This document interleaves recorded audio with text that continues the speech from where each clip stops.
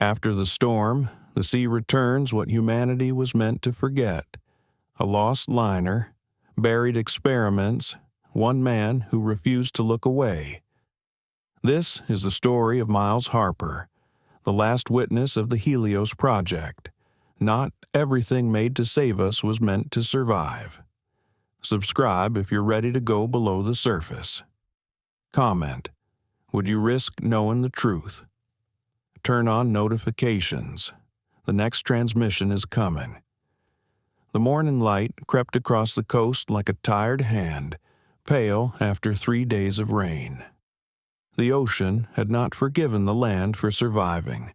It worried the cliff base in long, heaving breaths, raking the stones with gray ridges of water that folded and struck with hollow, rhythmic violence. Whole slices of earth had been torn away in the night. Trees leaned at strange angles. Roots gaped like broken ribs. The air smelled of salt and rust and the green sweetness of crushed vegetation beginning to rot. Miles Harper moved along the saturated trail with the slow caution of a man who knew what wet ground could do to his bones. His old dog, Bo, kept close at his heel, sometimes ranging a few paces ahead to nose at a torn fern or paw at a fresh slide. Miles carried a battered rifle over one shoulder, a canvas pack at his back, and the knowledge of this coastline in his legs, where the earth held, where it lied, where a misjudged step became a story told about you in the past tense. He had been a merchant sailor long enough to recognize the sea's different voices. There was the slap of board water against harbor pilings, the whip of wind-driven chop against a bow, the low furnace throb of deep swells miles offshore. Today there was another sound, almost too deep for hearing, felt instead in the bones, a hollow metallic hum that seemed to come from the cliffs themselves. The taste of metal rode every gust. Bo felt it too. She stopped, ears pricked, tail lifted, and stared toward the ragged lip of the world. Miles glanced down at her, then followed the line of her attention. The fog along the edge was thinning in the wind, pulling back and surging forward like a reluctant curtain. He took a step, then another. The mud sucked at his boots. The cliff breathed cold up into his face. The fog parted between one breath and the next. At first, he thought he was looking at the exposed skeleton of some industrial ruin, a framework of girders misplaced among rock and scrub. Perspective fought him. Scale refused to sit still. Then the mist drew fully away, and the shape resolved into a single, monstrous whole.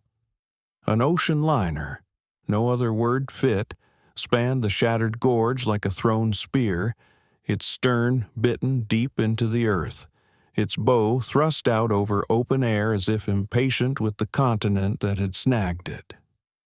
The hull wore a coat of rust. Paint peeled away in ragged islands. Gulls circled its decks with distracted confidence, as if the great thing had always been there, another cliff to live above. Miles did not move. Time thinned around him until there was only wind, the gouging insistence of the surf below, and the ship's slow iron groan answering the tide. The scale of it dwarfed everything: the cliff, the forest, the man and his dog, until even Bo's low woof of disbelief sounded small. There were no shipping lanes here, no ports for 100 kilometers in either direction. The coast was a broken jaw of coves and outthrust bones, a place smaller craft avoided in good weather. The idea of a storm driving something so large so far inland sat in his head like a bad joke told without a punchline. He found himself counting lifeboat racks gone empty, windows broken out into black eyes, pieces of deck sagging like ribs under thin skin. No lights, no movement, not the shape of a single person's caution along those rails. He followed the cliff downward along a path that hadn't existed yesterday. The storm had made it by tearing an old service cut half free, leaving a tilted apron of dirt and stones and wreckage that he could descend if he treated each step like a sentence he wanted to keep. A cable, thick as his wrist, braided steel long past any shine, trailed from the rocks to the ship's underside. It had snapped clean, the torn end frayed and dark. Not ancient. Salt hadn't eaten it down to wire yet. A year, 2 at most. Bo nosed at a dangling ladder of metal grating that clung to the cliff like an afterthought. Above it, a broken gangway hung from the ship's side, twisted but present, a bad idea dressed up as an invitation. Miles stood beneath it and measured the angles. He felt the weight of the thing overhead in his shoulders and the old sailor in him whispering about dead ships and bad air and floors that forgot their strength. He went anyway. The first step up the gangway creaked like a warning. The second held without complaint. He kept his center low, testing before he trusted, easing his weight forward in small increments that gave the metal time to argue and then to accept. The higher he climbed, the louder the sea became. It rose past him in the throat of the cliff until its voice vibrated the grating under his boots. He could see water pounding the stone far below, white-fanged and patient. The torn seam where the gangway met the hull gaped like a wound. Light pooled on the ragged edge and fell away into a corridor lined with peeling wallpaper and brass turned the color of old leaves.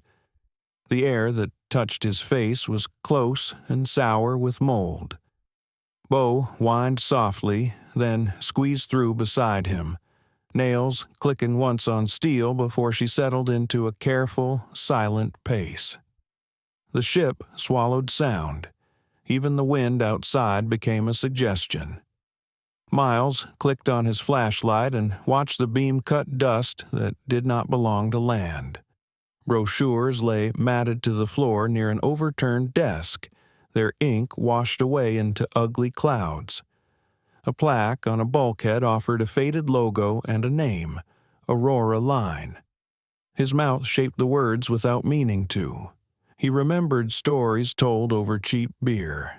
One of them lost 3 years ago, gone without proof of where or how, its absence a thorn people learned to ignore because no one could pull it out. He moved slowly, boots finding the quiet side of each step. A reception area gave way to a corridor with paint blistered into scales. A child's doll sat half-crushed beneath a fallen panel, one glass eye dull with salt. The absence of people had preserved everything with a gentle malice. Tables still held glasses. A piano lay on its side, keys bared like teeth. The great room around it waited for a dinner that had failed to arrive. He did not call out. Names have a way of sticking to places like this, and he had no wish to leave his floating here to be answered. Instead, he listened. The ship spoke in small, exhausted noises. A distant drip that kept time for a clock no one had wound, the tick of contracting metal, the long sigh of a deck settling a fraction of a centimeter, and then thinking better of it. On the promenade level, light came in slashes through broken windows. The bow reached out beyond the cliff, over nothing, the drop so complete his gut pulled at the sight. He braced a palm on the rail and felt it tremble from somewhere far below. He did not stay there, not with the feeling in his legs that the world had tilted without telling him. The bridge door stuck, then gave way with a damp cough. Consoles lay gritted with salt crystals. Screens had died and not been resurrected. A compass shattered into an arrangement of dull triangles. In that ruin of command, the wheel stood locked in its housing, an artifact of authority that no longer had anything to command. A folded chart lay open on a table beneath a crust of debris. He brushed it with the back of his fingers.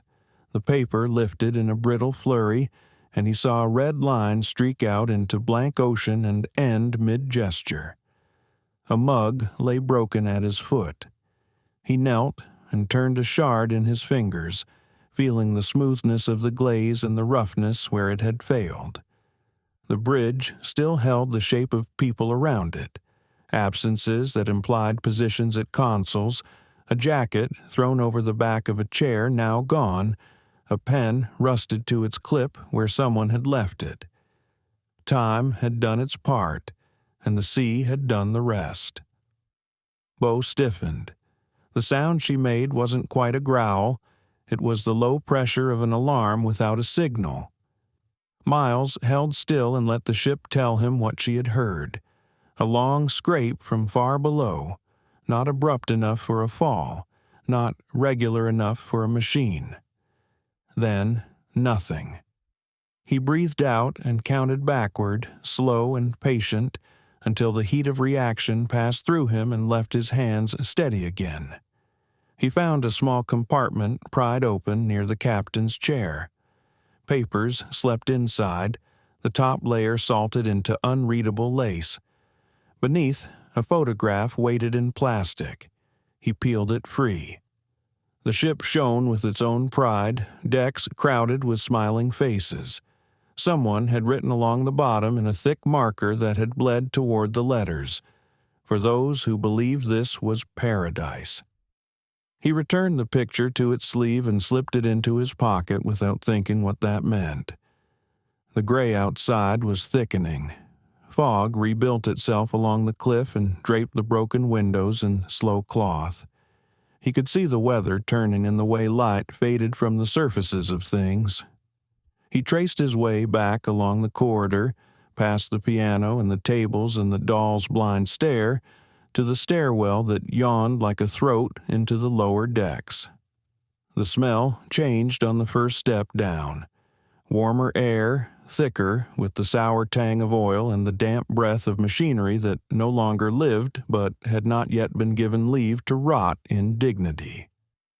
Water dripped, regular and indifferent, somewhere below.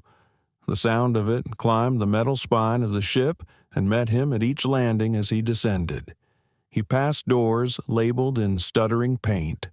Laundry, quarters, infirmary, each room a small museum of lives interrupted at the level of shoes left beneath bunks and books face down on narrow tables. In the lockers near the crew passage he found uniforms stiff with salt, name patches barely legible under corrosion. He left them alone. Whatever story they told could not be rushed. At the bottom of the flight, the corridor ran away in both directions, a tunnel of flaking gray that swallowed his beam. He turned left for a dozen paces, then right again at a T-junction where a brass handrail still held a suggestion of shine beneath tarnish. The ship felt different here, less a place and more a pressure, the weight of decks above and the cliff below and the ocean always, always beyond the wall. When he paused to listen, he could hear the sea pushing against steel, an old argument renewed with every wave. A door with a frosted glass window waited at the end of the passage. The letters etched there were clouded but legible when he smeared the salt away with his sleeve. Main dining hall. It should have been a room of noise and heat, of footfalls and voices and the soft percussion of 100 small lives entangling politely. Instead, it was a preserved silence. The chandeliers hung like drowned stars. Tablecloths yellowed by time still draped the tables. A deck of cards glued itself to wood with damp, and when he teased an ace of hearts free, it surrendered into pulp between his fingers. The hall was a mausoleum for the living. It made the hair along his arms rise. He did not linger. Curiosity and caution had to share the same narrow space inside his ribs, and neither could be allowed to push the other out. He had seen enough of the upper decks to know that nothing here had been disturbed by weather alone. The emptiness had a maid quality to it, as if those responsible for the shape of absence had been meticulous and in a hurry at the same time. He returned to the stairwell. Above, the light had dimmed a shade toward evening. Clouds were assembling themselves into purpose. Below, the dark breathed warmer air, and the smell of old fuel made a promise about what he would find. Bo looked up at him. She had followed without argument, and would keep doing so until he told her not to, but her eyes asked a question he could not answer kindly. "Easy," he murmured. His voice sounded like a stranger's in this place. He tightened the strap of his pack and listened one more time to the ship's innumerable small complaints. Nothing spoke back to him but echoes and the low articulation of strained steel. He started down. The flight narrowed as it dove. The flashlight shook a little in his hand, not from fear, but from the long tension that comes from measuring each step in advance. On the next landing, he paused and looked up. A ragged oval in the ceiling framed a sliver of gray sky.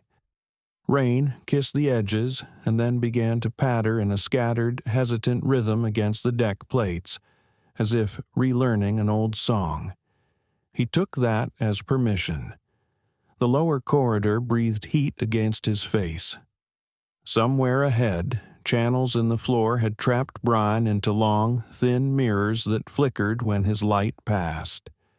He read the signs on the walls as he moved. Engineering. Access. Authorized personnel only. The letters had blistered away at their edges, but authority persisted in the insistence of the font. He ducked beneath a beam slightly bent from some ancient argument with force, and beyond it the space opened in a way that felt wrong for a ship. The ceiling lifting out of the beam of his light, the sides falling away into shadow, the metal under his boots becoming a grated catwalk with blackness beneath. He stopped at the threshold and let the smell tell him the rest. Oil, old and sour, warm steel, the faint medicinal bite of something chemical that had no business living this far from the bright rooms above. The hum he had felt in his bones on the cliff came back to him now in the memory of it. Down here, the silence was so complete that his heartbeat sounded like an intrusion. He tested the first step onto the catwalk. It answered with a reluctant complaint and then held. Bo stayed close enough that he could feel her flank brush his shin. To his left, a ladder dove into dark water pooled in a sump where something metallic bobbed and kissed the rungs with a light, irregular tap. To his right, a smaller door crouched half-hidden among pipes, its face reinforced and fitted with a heavy wheel handle that made a promise about what it was meant to keep shut.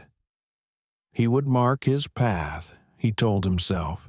He would choose each door in order and let the ship give up its story at the speed it could bear.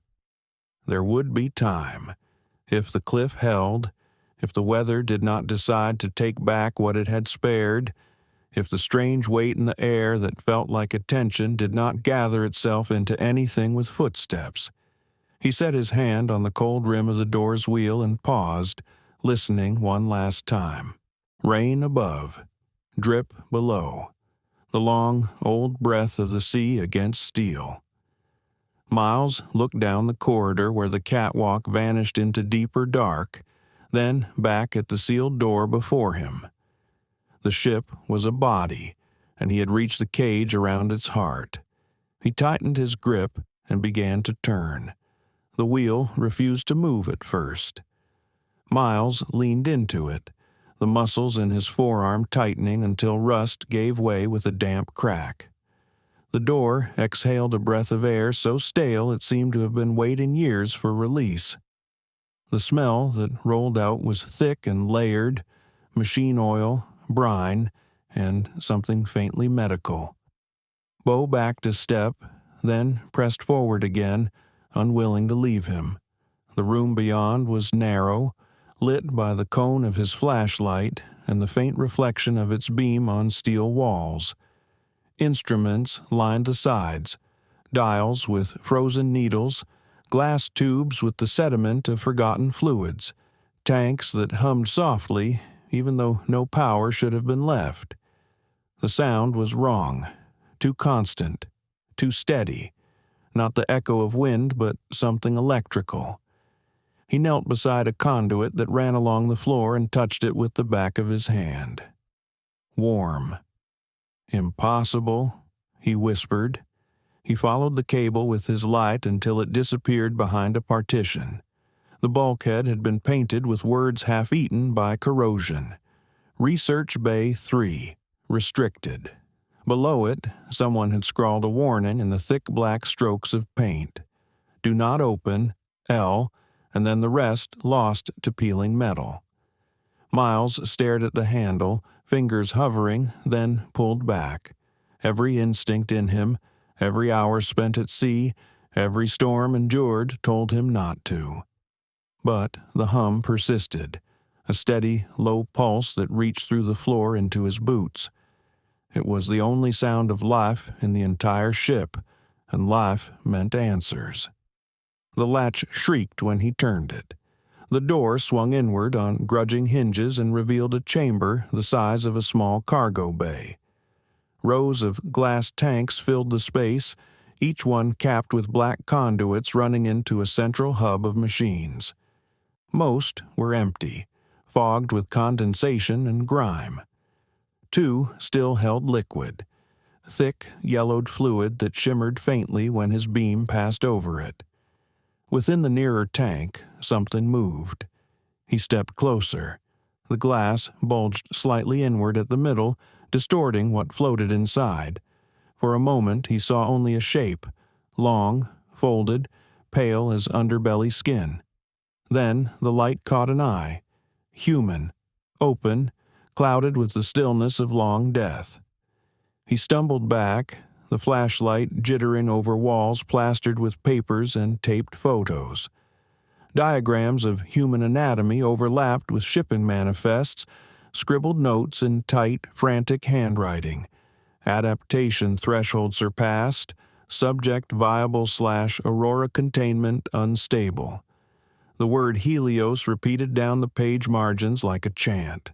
Bo growled low, hackles rising.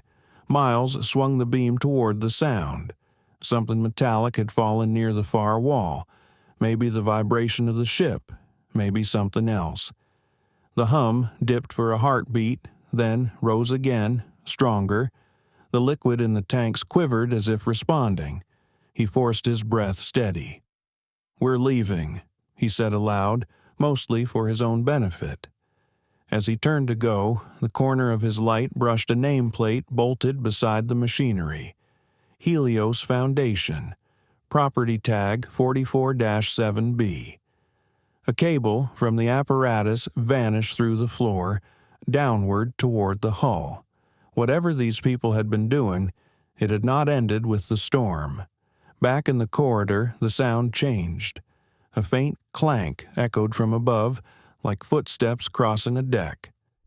Miles froze, killing the light. The dark swallowed him whole. He listened. 2 more steps, then silence. Too heavy for the sea, too measured for chance. He waited a full minute before relighting the torch. The beam shook slightly. He hated that. He started up the stairwell, moving slow, ears pricked for any repetition of the sound. The air grew cooler with each level, and the smell of the ship's decay replaced the chemical heat of the lower decks. At the next landing, a figure stood in the corridor. He halted so fast the flashlight quivered over rusted walls. The figure didn't move. It was a man, or the outline of one, tall, in a uniform stiff with salt and mildew. His head tilted slightly to the side, mouth open as if to speak. Only when Miles raised the beam higher did he see the ruin of the face beneath. A desiccated corpse, eyes sunken to hollows, lips shrunk to the faintest of smiles. Bo barked once, sharp enough to rattle the metal. The sound broke something inside Miles's paralysis. He stepped forward, brushing the figure with the back of his sleeve. It rocked, bones clicking faintly, and collapsed against the wall in a slow, hollow spill. The tag still clung to the collar. Officer J. Hanley, Security Division. In the dead man's pocket, Miles found a small access card laminated in peeling plastic. The logo matched the one he'd seen on the machinery, Helios Foundation. He turned the card over. On the back, handwritten numbers, coordinates perhaps, followed by a word, vault. He pocketed it and moved on, fast now, guided by a thread of purpose that had replaced curiosity with urgency. The ship's shape in his mind rearranged itself. Not a liner, not any more, but a shell built around something else, something buried deeper. When he reached the promenade again, daylight had almost vanished. Fog rolled through the broken windows, carrying the scent of rain. He crossed the main lounge to the communications room he had noticed earlier, a narrow space choked with old equipment.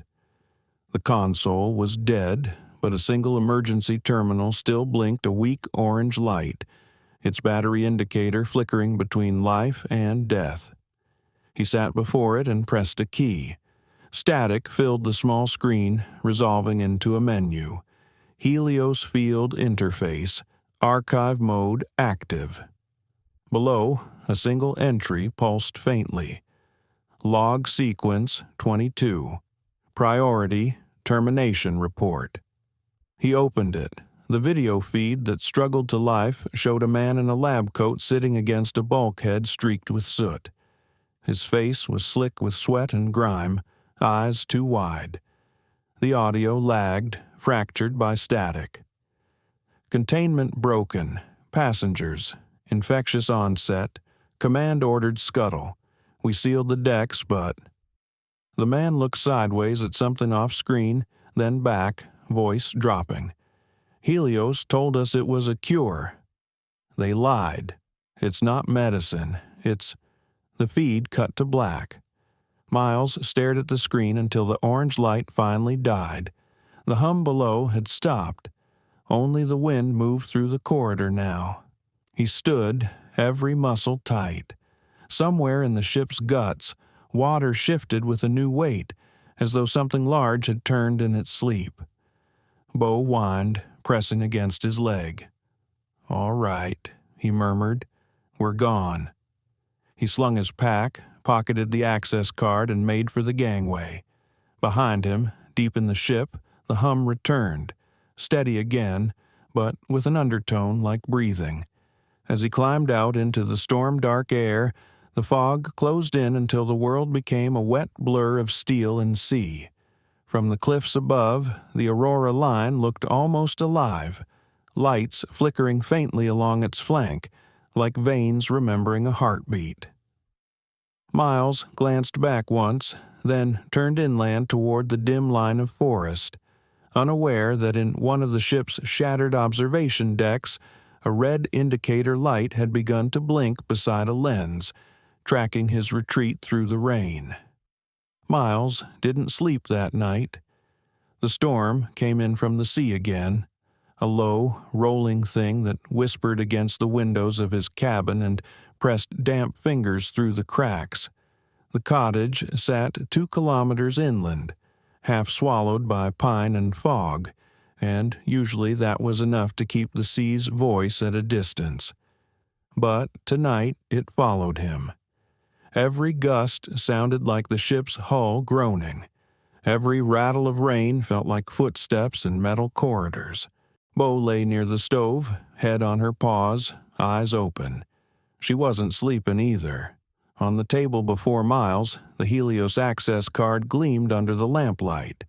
The numbers on the back caught his attention again. 54.118/-6.027. Vault. He'd looked them up earlier on an old marine chart he still kept from his sailing days. The coordinates pointed to a stretch of open ocean, about 40 miles north of the wreck. Nothing there. No island, no reef, No undersea cables marked, just depth. He turned to the camera he'd found in the ship's communications room, a small handheld recorder encased in cracked plastic. Its memory drive had miraculously survived. He'd spent the last 3 hours coaxing it to life with the help of a spare battery and a tangle of old cables. Now the screen glowed a dull blue, lines of digital snow crawling across it. He pressed play. The feed flickered and steadied. The date stamp read Aurora Mission Log. Day 47. A woman spoke from behind the camera, her voice calm, practiced. Dr. Celine Ward, Chief Medical Officer. Testing continues on Deck 7. Subjects show partial adaptation to serum variant H3. Cognitive retention is limited. I've submitted the results to Helios Command. Still no reply. She turned the camera toward the observation tanks. Miles froze. The room was the same one he had seen below deck, only whole. The lights were on. The fluid in the tanks was clear, and inside floated men and women, breathing slow, their skin marked with faint gold traceries. They told us it was a cure, Celine continued softly. Immunity to disease, resistance to radiation. But the serum changes them, changes us. They keep talking about integration thresholds. They say once it stabilizes, we'll all ascend. The footage jittered as someone entered the room. A man's voice cut through the static. Doctor, we need to seal the deck. Command just confirmed the outbreak in the passenger quarters. It's not contained. Outbreak? Celine turned sharply. That's impossible. The subjects were isolated. Not anymore. Someone breached the locks. The camera swung toward the door, catching a glimpse of figures in the corridor beyond, moving erratically, their bodies twitching in the short, spastic bursts. Screams followed. Then the feed dissolved into static and black. Miles sat back, pulse hammering. The air in the cabin felt thinner somehow. He rewound to the last clear frame and paused. Behind Celine, a monitor displayed the Helios emblem, a radiant sun split by 12 lines. Beneath it, a phrase in small letters, "The light preserves the worthy." Bo barked once, snapping him out of the trance. Someone was outside. He killed the lamp and reached for the rifle propped by the door. The sound came again, boots on gravel, slow, deliberate. A silhouette moved past the window, pausing at the edge of the light spill. Then another joined it. 2 men, dressed in rain gear dark enough to vanish into the storm, their faces shadowed. Miles held his breath. One of them lifted a flashlight, sweeping it across the yard. The beam slid over the old truck, the woodpile, the porch steps, and stopped on the door. He didn't wait. He moved to the back exit, Bo silent at his side. The night hit him cold and wet as he slipped into the tree line. Behind him, the cabin door groaned open. A voice carried faintly through the rain. "He's not here. Check the shed." They were professional, organized, speaking low, not scavengers, not locals. Helios, he thought, or whoever was cleaning up after them. He and Bo moved deeper into the forest, following the old logging road that wound toward the cliffs. The rain thickened until the world shrank to a tunnel of gray noise. Branches lashed his face. Mud sucked at his boots, but the cold steadied his mind, burned away panic until only purpose remained. He had the footage, the coordinates, and a question that needed air. By dawn, the rain had eased to a mist. Miles crouched in the lee of an abandoned lighthouse overlooking the sea. The wreck of the Aurora line lay below, barely visible through fog. The ship had shifted overnight. Part of the bow had collapsed into the surf, leaving a jagged wound where decks once were. He studied the scene through binoculars. Movement. Figures on the deck. 3, maybe 4, wearing black wetsuits and helmets. They carried equipment, setting up charges along the hull. "They're going to sink her," Miles whispered. He needed proof before they erased it all. He pulled out the camera, the access card, and the folded map. The vault, the coordinates, had to matter. Maybe a backup site, a Helios facility offshore. If he could get there first. Bo nudged his arm softly, whining. Down on the rocks, a boat engine started. The divers were leaving. The ship stood silent again, its death scheduled but not yet delivered. Miles set his jaw. "One more trip, girl." He descended toward the beach as the tide began to turn. The path wound through rock and seaweed, slick as glass. The wind picked up, carrying the ship's long, tired moan. He reached the base of the cliff just as the sun broke weakly through the clouds. The Aurora's hull loomed above him, immense and corroded, the name barely legible through streaks of salt. He found a section of the hull breached by the storm, low enough to climb. Inside, the light was different, warmer, pulsing faintly from below deck. He followed it through corridors he hadn't explored before, past cabins filled with drowned furniture, until he reached a narrow control room half hidden behind collapsed plating. The glow came from a terminal still running on auxiliary power.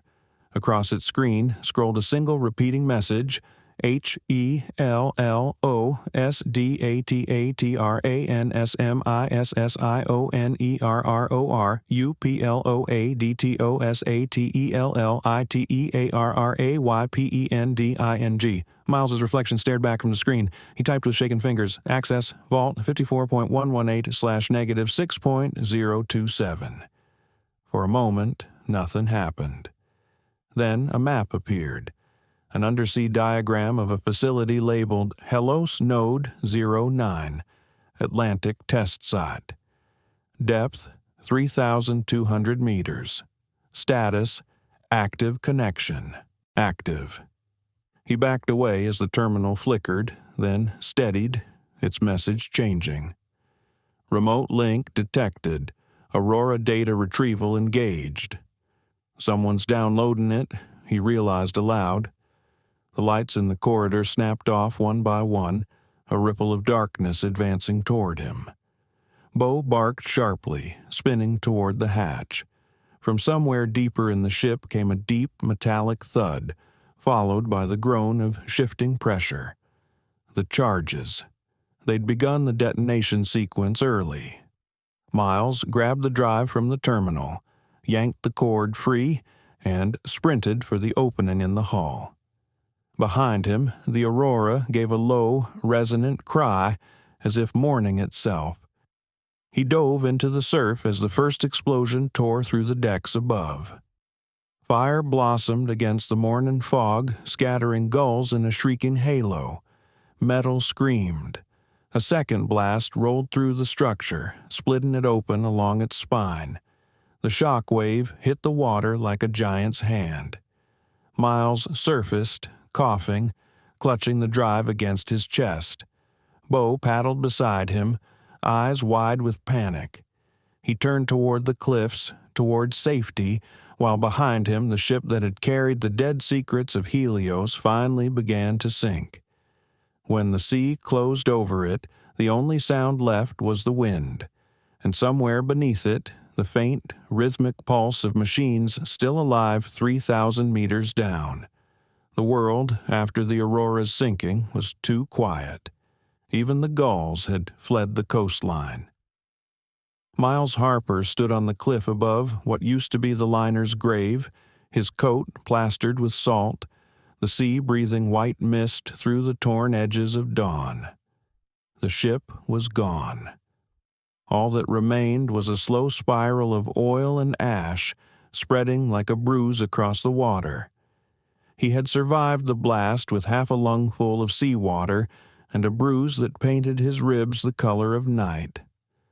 Bo limped slightly, but she was alive, proof that the ocean, for all its cruelty, could sometimes choose mercy.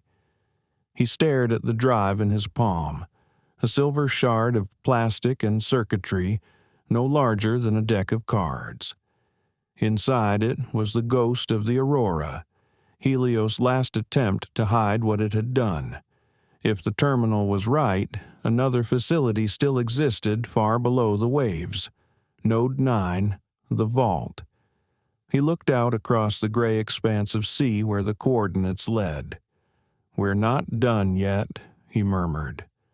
By afternoon, he reached the small fishing village of Ardcliff, little more than a cluster of weather-beaten shacks and a single pier that creaked like an old man's knees. He found an old friend there, Tomas Quinn, former diver, part-time smuggler, and one of the few people Miles trusted to keep his mouth shut.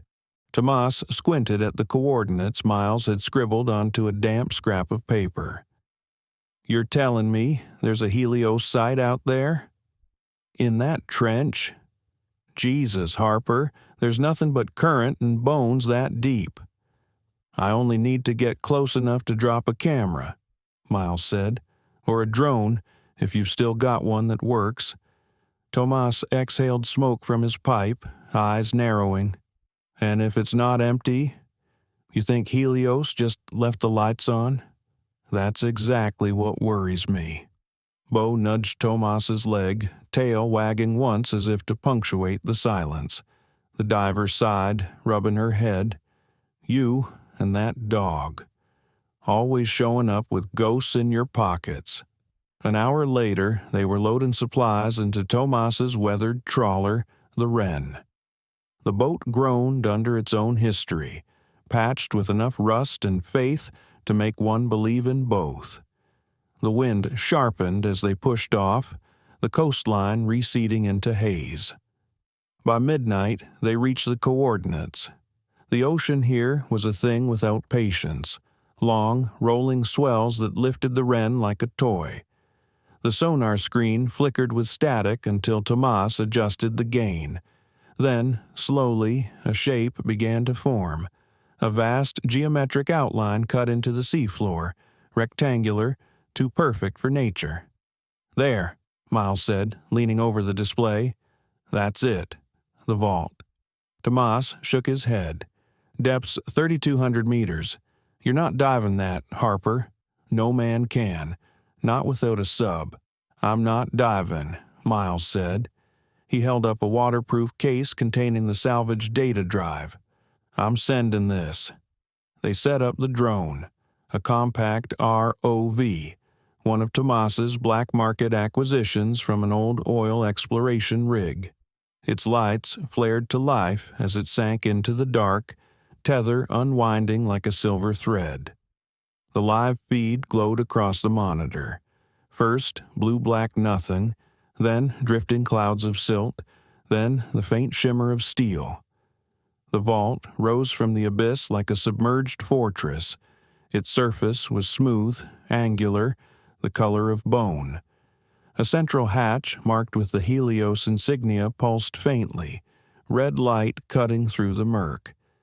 "That's still powered," Tomas said. "Christ almighty, after all these years." Miles typed a command into the control console, routing the drone's transmitter through the data drive. A string of numbers scrolled across the screen. Helios' old network key, encoded from the Aurora's system. For a moment, nothing happened. Then the red light on the hatch turned green. A seam appeared, spreading outward in a perfect circle, and the vault opened. The drone's camera swept forward into a vast chamber. Rows of stasis pods lined the walls, hundreds of them filled with fluid, each containing a still shape within. At the center stood a console tower glowing with the same amber hue as the Aurora's terminals. On its display, Helios Archive active, uploading to surface relay. Miles's pulse quickened. "Tomas, record everything." But before Tomas could answer, the feed stuttered. The camera jerked, catching motion.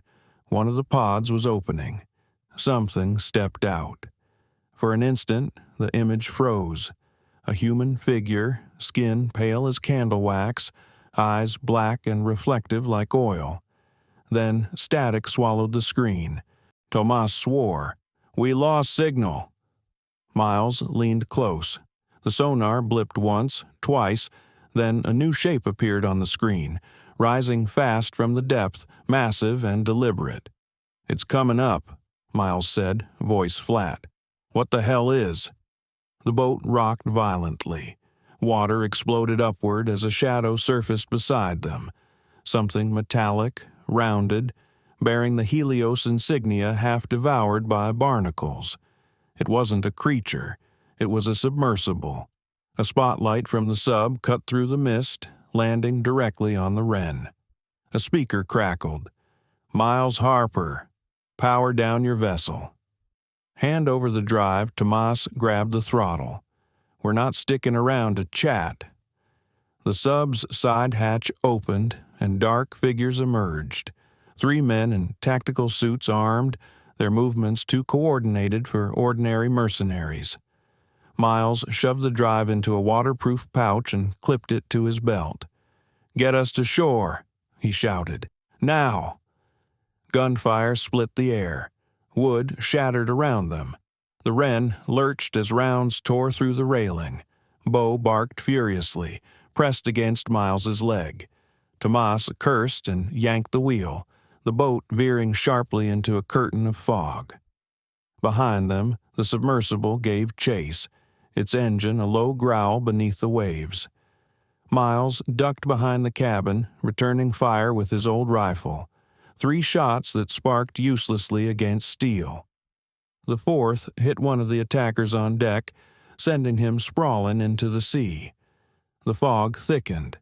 The sub's spotlight swept blindly across the water. Miles seized the moment. He tore open the case containing the drone controls and sent a manual override signal. Deep below, something answered. A faint pulse on the sonar, followed by a tremor through the hull. "What did you do?" Tomas shouted. "I told the vault to wake up." A deep, bone-shaking sound rose from the ocean, a vibration that turned the air to glass. The sub veered away, alarms echoing faintly.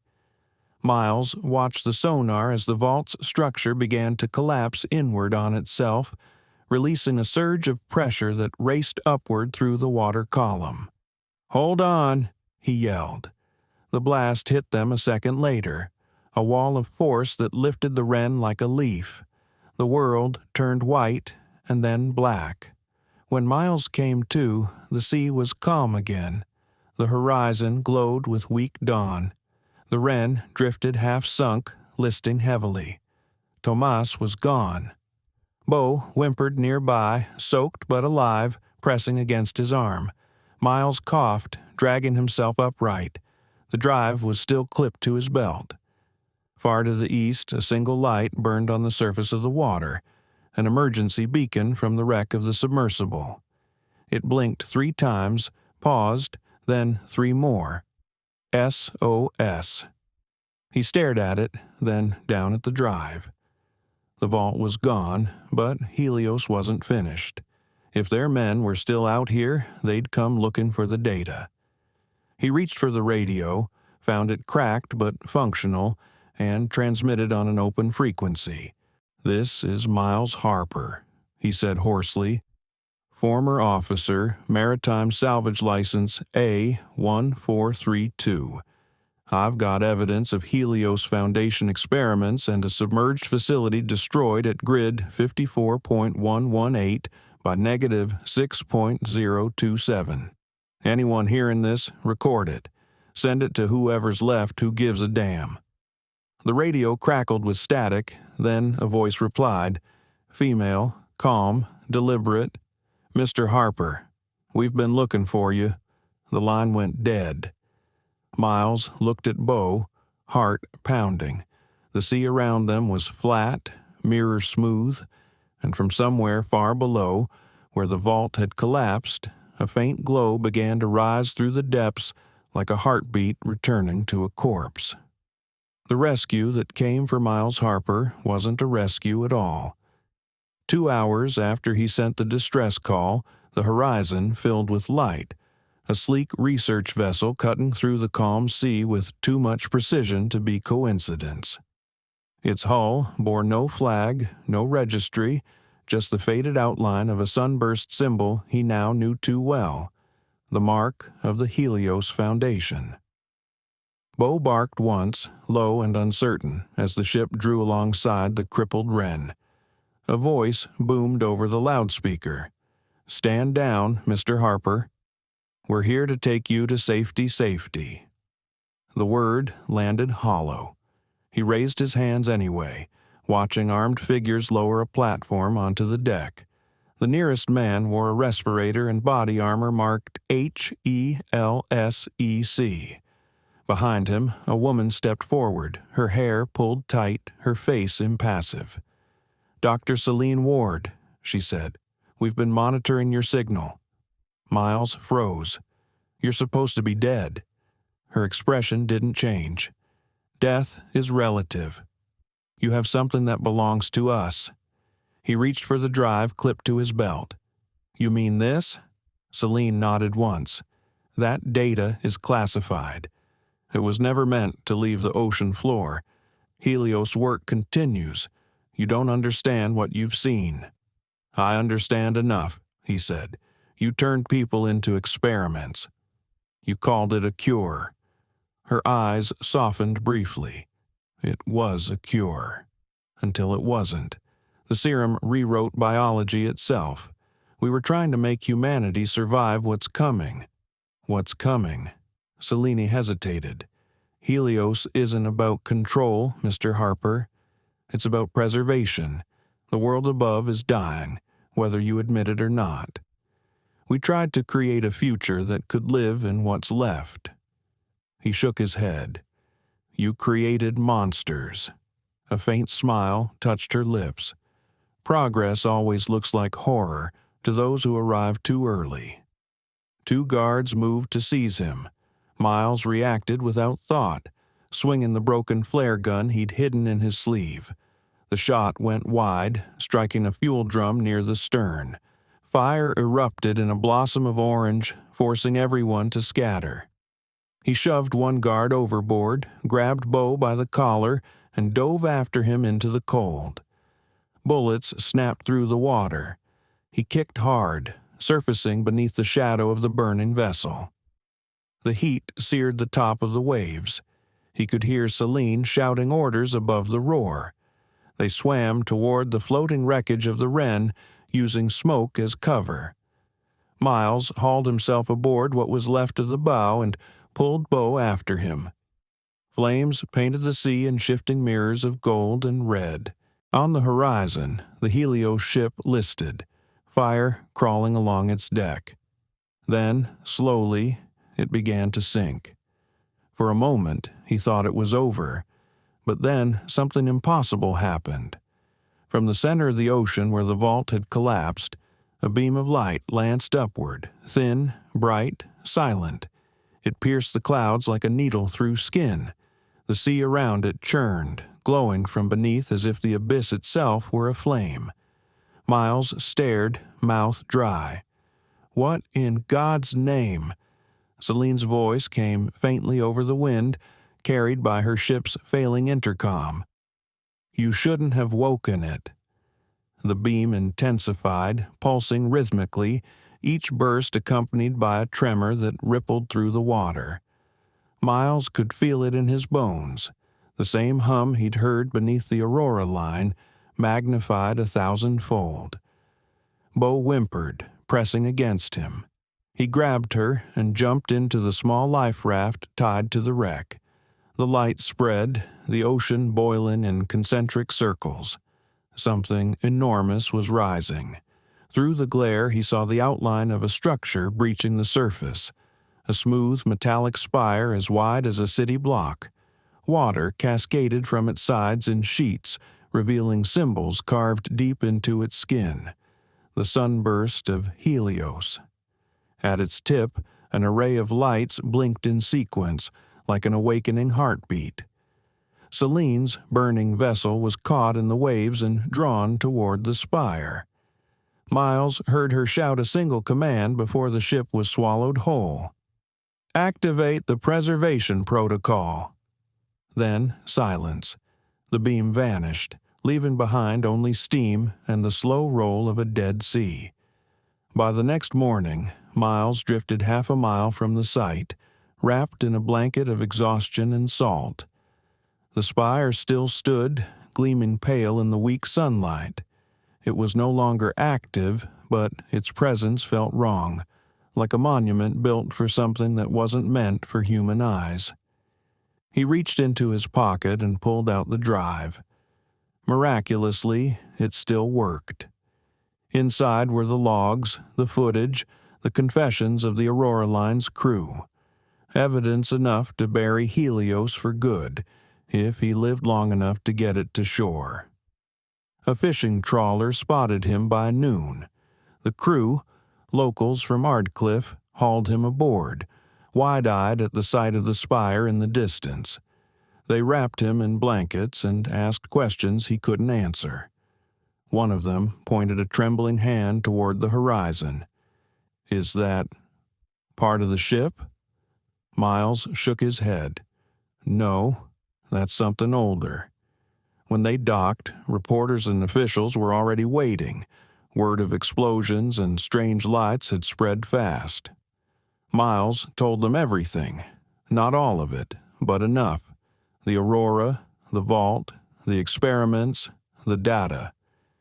He handed over the drive to a woman from the Maritime Bureau who swore she'd deliver it to an international tribunal. But, as she walked away, he noticed the insignia pinned discreetly on her lapel, a golden sunburst, half hidden by her coat. His stomach turned. That night, alone in a borrowed room above the harbor, he watched the news broadcast. The story was already shifting. The wreck was being blamed on methane eruptions, seismic activity, pilot error. There was no mention of Helios, no footage, no light in the sea. They'd buried it again. Bo slept beside the door, snoring softly. Miles opened the window, letting in the smell of salt and diesel. Far out on the horizon, where the spire had stood, a faint pulse of gold blinked once, twice, then faded. He took a deep breath and turned on the camera he'd salvaged from the Aurora. Its red recording light came to life. "Name's Miles Harper," he said quietly. "If you're seeing this, it means they failed to silence me.